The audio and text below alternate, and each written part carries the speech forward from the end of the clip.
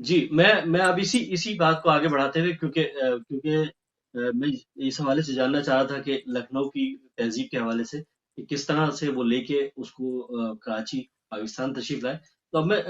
جناب سرمایہ ملت جعفریہ جناب علی ضیاء رضوی صاحب، جو کہ ہمارے لیے باعث فخر ہیں، ہمارا سرمایہ ہے، اور ہماری جو ہے اس تہذیب کے حوالے سے جو تہذیب علامہ ضمیر اختر نقوی صاحب نے آگے بڑھائی، تو میں صرف جاننا ہی چاہتا ہوں کہ ضمیر اختر نقوی صاحب نے جب ہجرت کی اور وہ پہنچے رضویہ سوسائٹی میں، کہ رضویہ سوسائٹی میں دوسرے بھی شہروں کے لوگ آباد تھے، آگرہ کے لوگ بھی تھے، اور دوسرے جو شہر تھے ہندوستان کے، وہ تمام لوگ آباد تھے. ایسے وقت میں ضیاء بھائی آپ کے کس طرح سے ملاقات ہوئی، اور کس طرح سے آپ سے ان کا تعلقات مطلب استوار ہوئے اور گفتگو شروع ہوئی؟ اس کے بارے میں تھوڑی سی چاہوں گا گائی. جی بہت بہت شکریہ عمران نقوی. اور عمران نقوی سے کے ساتھ ہی ساتھ میں تنویر نقوی صاحب کا انتہائی ممنون و متشکر ہوں کہ انہوں نے اتنی مفید معلومات ہم سب کو فراہم کیے ہیں، تمام سامعین کو، تمام ناظرین کو، تمام حاضرین کو، کہ یہ گوشے جو تھے شاید بہت سارے لوگوں سے چھپے ہوئے تھے. مثلاً ان کا پہلا یعنی انعام حاصل کرنا تقریری مقابلے میں، جو کہ قلم کے عنوان سے تھی، وہ اسی وقت وہ ٹاپک دیا گیا، اور سید الملت صاحب قبلہ نے ان کو وہ انعام یعنی فرسٹ پرائز دیا. تو اس قسم سے جو معلومات فراہم کیا، اور اس کے علاوہ جو اودھ کی تہذیب اور لکھنؤ کی تہذیب اور اس میں ان کا رکھ رکھاؤ اور ان کا طریقہ کار، اس سے متعلق گفتگو کی. بیچ میں میرا سلسلہ کچھ منقطع ہو گیا تھا، تو میں پوری بات پھر بھی نہیں سن سکا تھا. لیکن جو سوال تم نے کیا ہے کہ ضمیر اختر نقوی صاحب قبلہ جب پاکستان تشریف لائے تو اس وقت ان کا پہلا قیام جو تھا وہ رضویہ سوسائٹی پاکستان میں ہی تھا، ہوا. اور اس وقت کیا کیفیت تھی، اور کون کون سے مطلب جگہ کے لوگ وہاں پر آباد تھے، اور اس میں کیا دشواریاں تھیں. تو بنیادی طور سے یہ باتیں میں پہلے بھی کئی ایک جگہ پر کر چکا ہوں، بہت ساری ریپیٹیشن نہ ہو، لیکن پھر بھی ہلکا ہلکا سا قصہ اس کا بھی سنانا چاہوں گا. کہ یہ بات جیسے کہ تنویر بھائی نے بھی اس کی تصدیق کی کہ 1967 کے اندر ضمیر بھائی جو تھے، ہم ان کو ضمیر بھائی کہتے ہیں، حالانکہ وہ ایک ڈاکٹر، ایک فلاسفر، ایک ادیب، ایک مصنف، ایک مؤلف، ایک استاد، ایک بہترین انسان، ایک ذاکر اہل بیت، ایک سرمایہ ملت، یعنی کیا کیا ان کے ساتھ یعنی جزیات کو استعمال کیا جائے، جتنی بھی جزیات استعمال کی جائیں وہ سب کی سب کم پڑے گی. لیکن کیونکہ میری ان سے قربت، میری ان سے انسیت، میری ان سے محبت صرف یک طرفہ نہیں بلکہ ان کی بھی بالکل اسی طریقے سے مجھ سے محبت، انسیت، مجھ سے پیار، تو میں اس حوالے کو استعمال کرتے ہوئے ضمیر بھائی ہی ان کو کہتا ہوں، کہتا تھا، اور کہتا ہی رہوں گا. تو ضمیر بھائی جو تھے وہ 1967 میں مائیگریٹ کر کے پاکستان تشریف لائے. اور ضمیر بھائی کی والدہ جو تھیں محسنہ ظہیر، بیگم محسنہ ظہیر، یعنی ان کے والد کا نام ظہیر الحسن تھا اور والدہ کا نام محسن. تو وہ ذاکرہ تھیں، بہت عمدہ ذاکرہ تھیں، اور ان کی ذاکری کے تذکرے ان کے آنے سے پیشتر جو لکھنؤ کے لوگ رہنے والے تھے وہ اکثر و بیشتر خواتین میں ان کا تذکرہ کیا جاتا تھا. تو یعنی رضویہ سوسائٹی میں جہاں پر یہ پہلی مرتبہ آ کر آباد ہوئے، وہ ایک مکان تھا، اس کا پتہ ہے D2، اور وہ ایک عجائب الحسنین صاحب امروہہ سے ان کا تعلق تھا، ان کا وہ مکان تھا. اس کی تیسری منزل پر آ کر یہ آباد ہوئے. غالباً ان سے پیشتر یعنی ضمیر بھائی سے پیشتر ان کے بڑے بھائی محسن اختر نقوی، جن کا انتقال بھی ان کے انتقال سے چند ماہ قبل ہی ہوا نیو جرسی امریکہ میں، تو غالباً پہلے پاکستان تشریف لائے. اس کے بعد پھر یہ یعنی اپنی والدہ محترمہ اور ہمشیر خان کے ساتھ پاکستان تشریف لائے. تو ملاقات کا جہاں تک تعلق ہے، میری پہلی ملاقات میں نے کسی جگہ اس کا تذکرہ بھی کیا ہے، وہ یہ تھا کہ ہمارے ڈی بلاک میں ایک بہت مشہور گھر تھا، اس کو احمد منزل کہا جاتا ہے، اور اس میں ہمارے بہت ہی بہترین ساتھی سجاد حیدر اور وسیع حیدر یہ وہاں رہائش پذیر ہوتے تھے، اور اس کے بعد اب یہاں پر امریکہ میں ہیں، یہاں پر ہی ہیں۔ تو ان کے گھر کے بالکل سامنے ایک گھر تھا، اس میں دو بھائی رہتے تھے، ان میں سے ایک کا نام یعنی جو پکارا جاتا تھا منو، ایک کو کہا جاتا تھا، ایک کو مقتدا کہا جاتا تھا۔ تو منو مقتدا یہ دو بھائی تھے۔ اب مجھے اس وقت یہ سر دس مکمل طور سے یاد نہیں ہے کہ وہ ان کا اپنا ذاتی مکان تھا یا وہ کرائے پہ رہتے تھے۔ میرا خیال سے وہ شاید کرائے پر رہتے تھے۔ تو ان کے گھر میں ایک مجلس تھی، اور وہ مجلسیں عموماً اس یعنی نوجوانی کا دور تھا، وہ اس میں جو مجالس ہوتی تھی وہ چھوٹی چھوٹی مجلسیں ہوتی تھی، بچوں کو جمع کیا اور اس میں جا کے مطلب کسی نے سوز پڑھ دیا، اور کسی نے تھوڑی سی مطلب منقبت سلام پڑھ دیا، سوز سلام پڑھ دیا، اور پھر اگر بہت ہوا تو کسی نے اٹھ کے ایک کرسی پہ ربائی پڑھ دی، اور ربائی میں مثلاً وہ والی ربائی پڑھ دی کہ پتھر پہ علم دین کا گاڑا کس نے، اس طرح کا سلسلہ کا ہوتا تھا، اور وہ ربائیاں پڑھی جاتی تھی۔ اور اس کے بعد پھر ماتم، اور ماتم میں مطلب نواخوانی ہو رہی ہے، ہم بھی ماتم کر رہے ہیں، 2 ہاتھ کا بھی ماتم ہوتا تھا، 1 ہاتھ کا بھی ماتم ہوتا تھا۔ تو یہ طریقہ کار تھا۔ تو وہ جو میں بات کر رہا ہوں کہ ضمیر اختر نقوی صاحب نے وہاں منو مقتدا کے ہاں وہ ایک مجلس تھی، اور ہم سب وہاں پر موجود تھے، تو مطلب اسی طریقے سے سوز سلام ہوا۔ پھر مقتدا نے ضمیر بھائی کو مخاطب کیا کہ آئیے ضمیر بھائی آپ مجلس پڑھیے۔ تو اب ہم نے سب نے پلٹ کر دیکھا کہ ایک بہت ہی انتہائی دبلا پتلا نحیف سا، بہت ہی خوبصورت یعنی گلابی رنگت اور بال اس طریقے سے سجے ہوئے، اور کرتا اور پاجامہ پہنے ہوئے،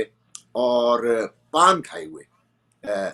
تو اس انداز میں ایک شخص کو ہم نے دیکھا، اور بہت ہی یعنی اس وقت ان کی عمر میرے خیال سے رہی ہوگی تو بہت، اگر ہوگی تو 20 سال یا 21 سال ہوگی، یا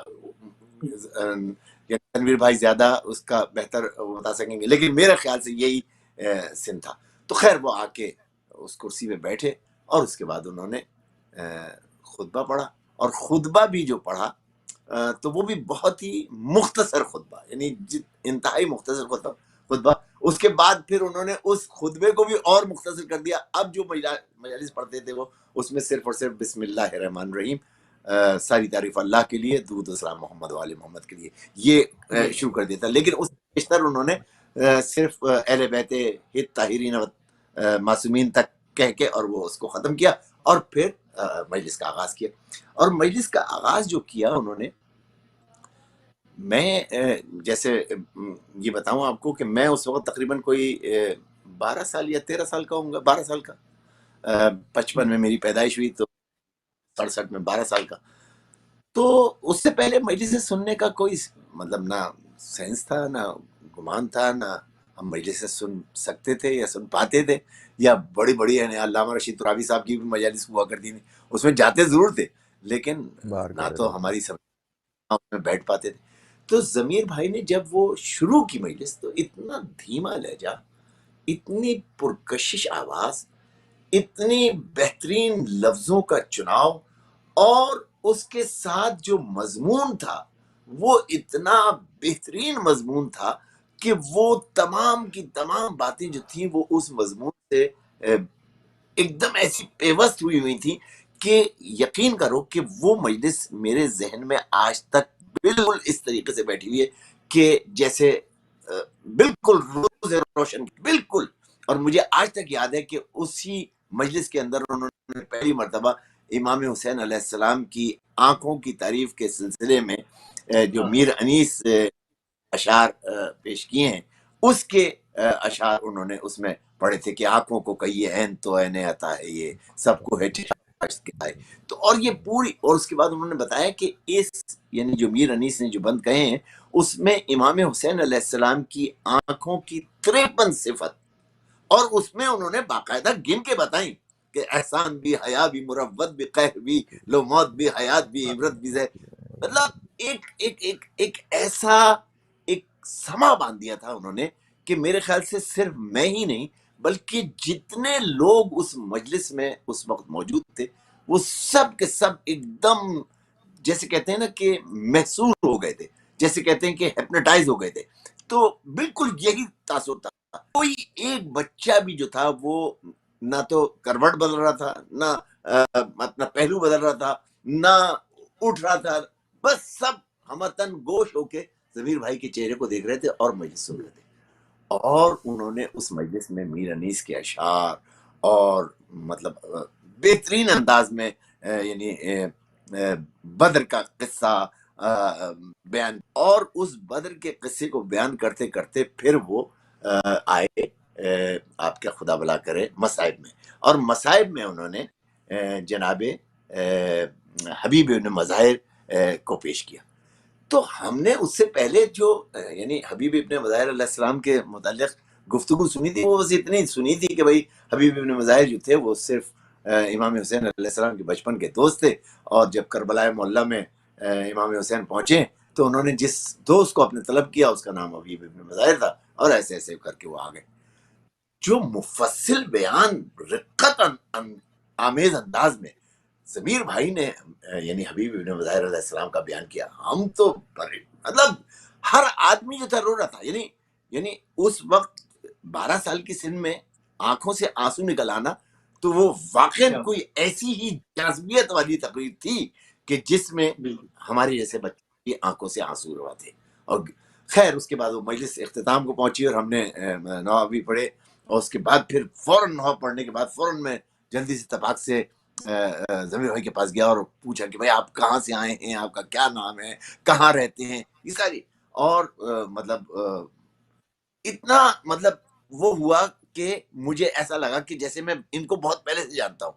اور بہت میری مطلب شناسائی ہے. اور اس کے بعد پھر وہ مجالس کا سلسلہ آہستہ آہستہ آہستہ آہستہ آگے ہوتا رہا، بڑھتا رہا، اور اسی طریقے سے مجلسیں ہوتی رہیں. بات جو آپ نے شروع کی تھی کہ ضمیر اختر نقوی کا تعلق لکھنؤ کی تہذیب سے، اور وہاں یعنی کراچی میں رضویہ سوسائٹی میں خاص طور سے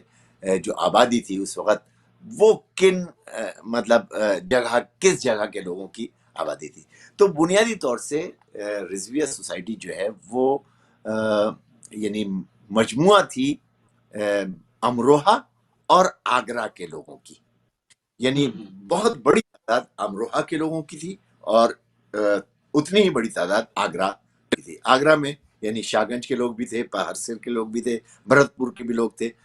اسی طریقے سے امروہہ میں جو بھی علاقے رہے ہوں گے ان کے لوگ آباد تھے امروہہ کے. تو جناب یعنی انیس الحسنین صاحب جو تھے، جو یعنی سندھ مدرسہ اسکول میں بھی پڑھاتے رہے اور قائد اعظم کی نماز جنازہ بھی انہوں نے پڑھائی، تو وہ اس رضویہ سوسائٹی کے بانیوں میں سے ایک بانی تھے. اس کے علاوہ بھی بہت سارے لوگ ہیں، مثلا مصیب علی زیدی صاحب ہوئے، یا آفتاب علم قزلباش ہوئے، یا یعنی یہ جو ہمارے جعفر بھائی جو گنج جعفر کے نام سے مشہور ہیں، ان کے والد محترم ذاکر صاحب، یا معاون حسین صاحب امروہہ کے. تو یہ وہ ہستیاں ہیں کہ جنہوں نے یعنی رضویہ سوسائٹی کی. تو وہ جو ماحول تھا اس میں آگرہ اور یعنی امروہہ اس کی تعداد زیادہ تھی، لیکن اس کے علاوہ بھی کچھ افراد لکھنؤ سے تعلق رکھتے تھے، وہ بھی وہاں قیام پذیر تھے. کچھ لوگ اعظم گڑھ سے تعلق رکھتے تھے، وہ بھی وہاں پر قیام پذیر تھے. تو اتنی یعنی جگہ کے لوگ موجود ہونے کے باوجود ضمیر میں جب مجالس کا آغاز کیا، پڑھنا شروع کی مجلسیں، یعنی رضویہ میں، اس سے پہلے تو وہ لکھنؤ میں پڑھتے ہوئے تھے، لیکن جب رضویہ میں، تو لوگوں کو یہ سمجھ میں آنے لگا کہ یار یہ مجلسیں تو ان مجلسوں سے ڈیفرنٹ ہیں جو ہم سنتے رہے، یہ تو ہیں، یہ تو تہذیب علیحدہ ہے. پھر ضمیر بھائی اس کے ساتھ ساتھ نہ صرف یہ کہ مجلس پڑھتے تھے، بلکہ مجلس پڑھنے کے ساتھ ساتھ ہم جیسے لڑکوں کو، یا ہم سے بڑے لڑکوں کو بھی، ہم سے چھوٹے لڑکوں کو بھی گاہے بگاہے یہ بات بھی سمجھایا کرتے تھے. مطلب بیچ مجلس میں کبھی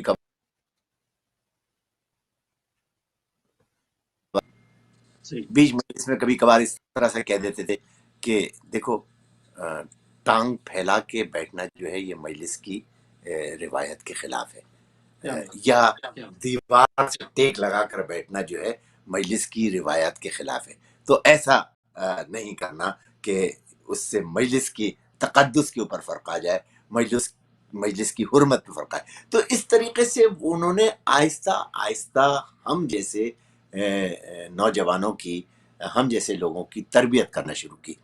اور وہ پھر ہم کو یہ سمجھ میں آیا کہ نہیں، جو لکھنؤ کی تہذیب ہے وہ عزاداری سے کتنی زیادہ یعنی اس میں یعنی شامل ہے. اور اودھ نے یعنی عزاداری کے فروغ میں جو کردار ادا کیا ہے، جو حصہ ہے اس کا، تو وہ تہذیب واقعاً وہ تہذیب ہے کہ جو عقیدت اور احترام اور یعنی تقدس کو بحال کرتی ہے، جس کو یہ کہا جائے کہ اس کی وجہ سے تقدس میں اضافہ ہوتا ہے. تو یہ ساری صورت تھی کہ جو ضمیر بھائی نے ہمیں سکھائی اور ہمیں سیکھنے کا موقع ملا، اور ان کی نشست میں ہم نے یہ تمام باتیں سیکھی.